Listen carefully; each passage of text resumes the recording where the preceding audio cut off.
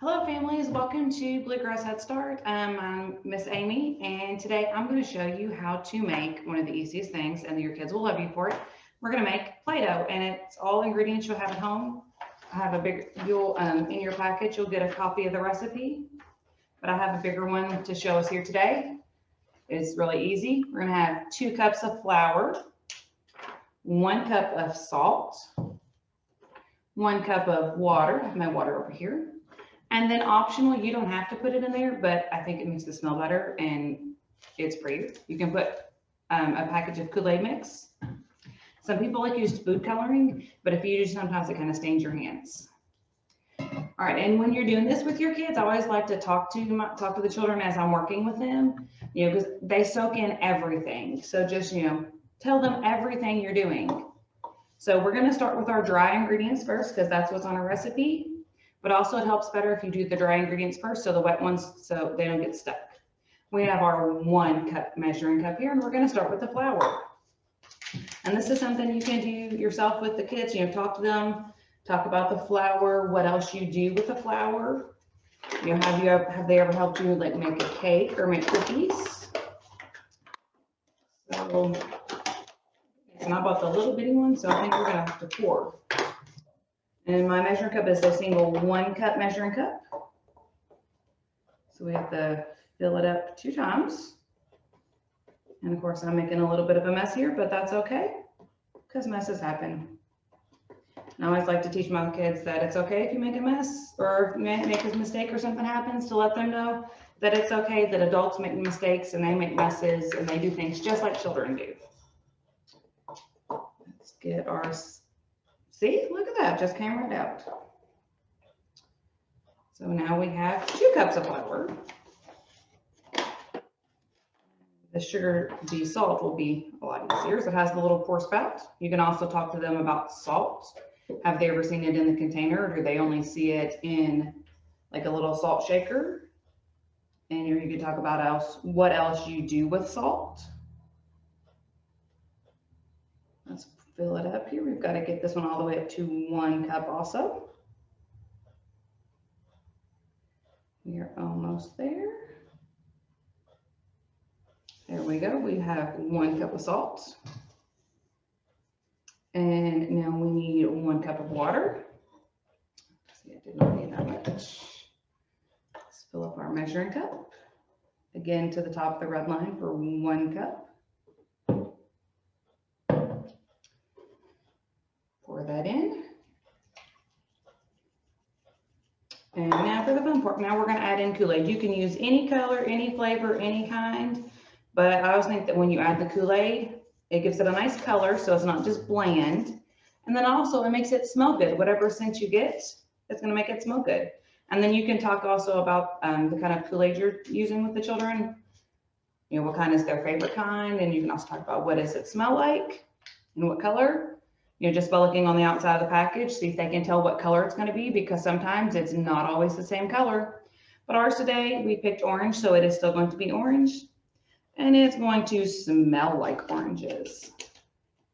Orange is not my favorite Kool-Aid to drink, but it is my favorite to use in this because it smells so good. And now we're just going to kind of mix it up. You got to make sure you get everything mixed really good. Already starting to turn, looking a little orange. Now you're just going to get in there with both hands. This is the part that I do not like, but that the kids love. And I usually wear gloves, but did not today.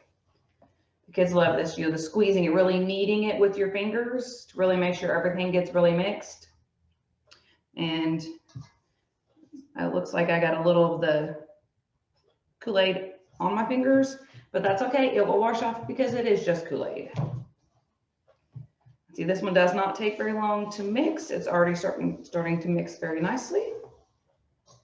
Once we get mixed the most, we'll put it out here on the table so you can see it better.